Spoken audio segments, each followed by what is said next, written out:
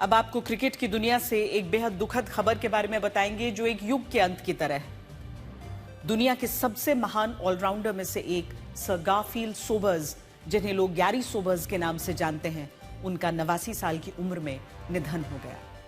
Cricket के इतिहास में कई महान खिलाड़ी हुए, लेकिन सर गैरी सोबर्स जैसा कोई दूसरा नहीं हुआ। वो बाएं हाथ से विस्फोटक बल्लेबाजी करते थे, बाएं हाथ से ही तेज गेंदबाजी करते थे और जब जरूरत होती तो स्पिन गेंदबाजी से भी बल्लेबाजों को चकमा दे देते थे। यानी वो बैटिंग भी करते थे, तेज गेंदबाजी भी, और स्पिन गेंदें भी फेंकते थे। फील्डिंग में भी उनका कोई सानी नहीं था। 1954 से 74 के बीच वेस्टइंडीज के इस जाबाज ने क्रिकेट के मैदान पर अपनी ऐसी बादशाहत कायम की जिसे देखकर खुद सर डॉन ब्रैडमैन ने उन्हें दुनिया का सबसे संपूर्ण क्रिकेटर बताया था। गैरी सोबर्स के नाम रिकॉर्ड्स की वो लंबी फहरिस्त है जो सदियों तक याद रखी जाएगी। सबसे पहले एक ओवर में 6 छक्के लगाने का रिकॉर्ड गैरी सोबर्स के ही नाम है। ऐसा उन्होंने फर्स्ट क्लास क्रिकेट में किया था। 1958 में पाकिस्तान के खिलाफ उन्होंने नाबाद 365 रनों की पारी खेली थी, जो 36 सालों तक टेस्ट क्रिकेट का सबसे बड़ा व्यक्तिगत स्कोर रहा, जिसे बाद में ब्रायन लारा ने तोड़ा। 93 टेस्ट मैचों में 8000 से ज्यादा रन और 235 विकेट, ये आंकड़े उनकी बेमिसाल काबिलियत की गवाही देते हैं।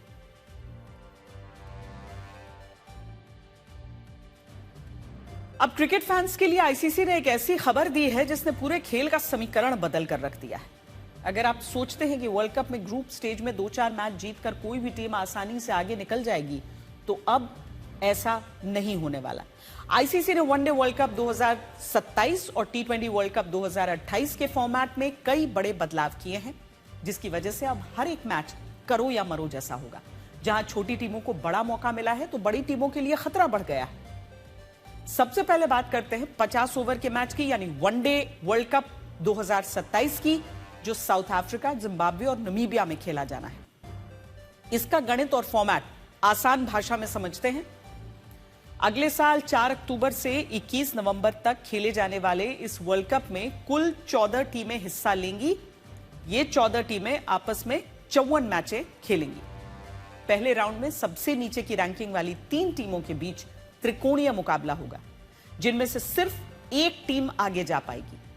दूसरे राउंड में टॉप की रैंकिंग वाली 11 टीमों और पिछले राउंड से आने वाली एक टीम को मिलाकर 12 टीम होंगी।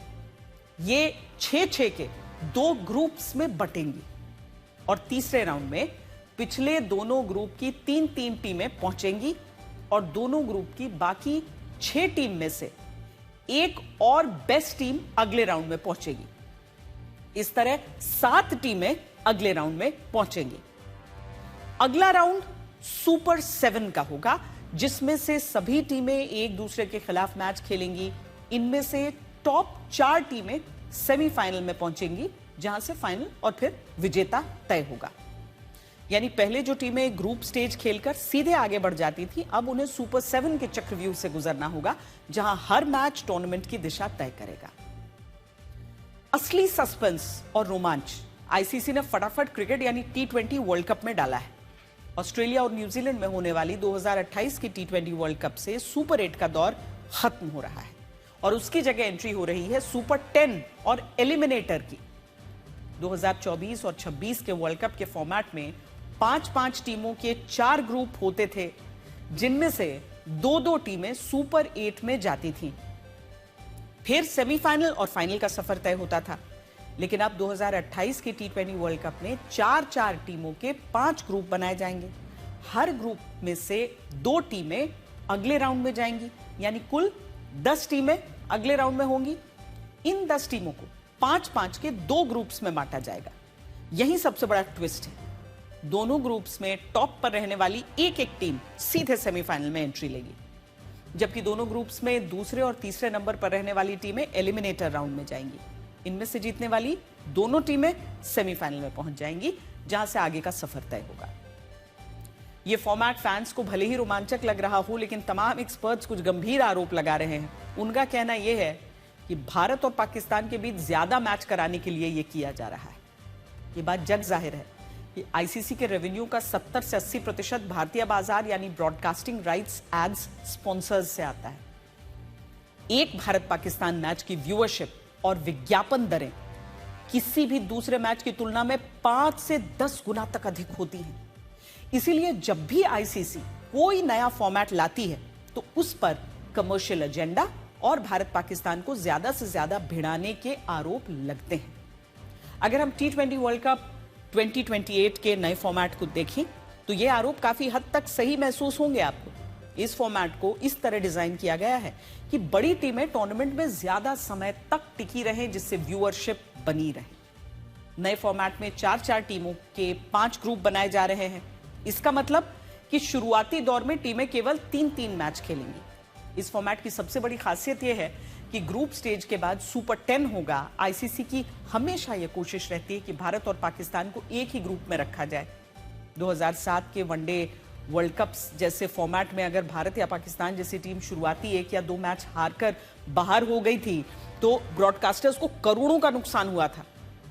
नए सुपर 10 और एलिमिनेटर वाले फॉर्मेट में बड़ी टीमों को वापसी का दूसरा मौका मिलता है। अगर भारत या पाकिस्तान अपने ग्रुप में टॉप नहीं कर पाते तो भी वो दूसरे या तीसरे नंबर पर रहकर एलिमिनेटर के जरिए सेमीफाइनल में पहुंच सकते हैं। यानी ब्रॉडकास्टर्स के लिए उनके मैचों की संख्या सुरक्षित रहती है। हालांकि इसके सकारात्मक पहलू भी हैं जिसे भी नकारा नहीं जा सकता। दरअसल आईसीसी ने 2 बड़े लक्ष्य रखे हैं। पहला, अमेरिका, नेपाल और स्कॉटलैंड जैसी इमर्जिंग टीमों को दूसरे दौर में ज्यादा मैच खेलने का मौका मिले। दूसरा, बड़ी टीमें ग्रुप स्टेज में हल्के मैच खेलकर आसानी से क्वालिफाई न कर पाएं, बल्कि पहले कई बार ग्रुप स्टेज के आखिरी मैच बेमतलब हो जाते थे क्योंकि टॉप टीमें पहले ही क्वालिफाई कर चुकी होती थी। नए फॉर्मेट में हर एक मैच का महत्व रहेगा क्योंकि सीधे सेमीफाइनल में जाने के लिए ग्रुप में नंबर 1 बनना जरूरी होगा। इसीलिए अब ग्रुप स्टेज का पहला मैच हो या सुपर 10 का आखिरी मुकाबला, रोमांच और दबाव 100% रहेगा। यह आरोप सही है कि फॉर्मेट को इस तरह से लचीला बनाया गया है ताकि भारत और पाकिस्तान जैसी बड़ी और अधिक रेवेन्यू देने वाली टीमें ग्रुप स्टेज में एक आध उलटफेर का शिकार होकर टूर्नामेंट से जल्दी बाहर न हो।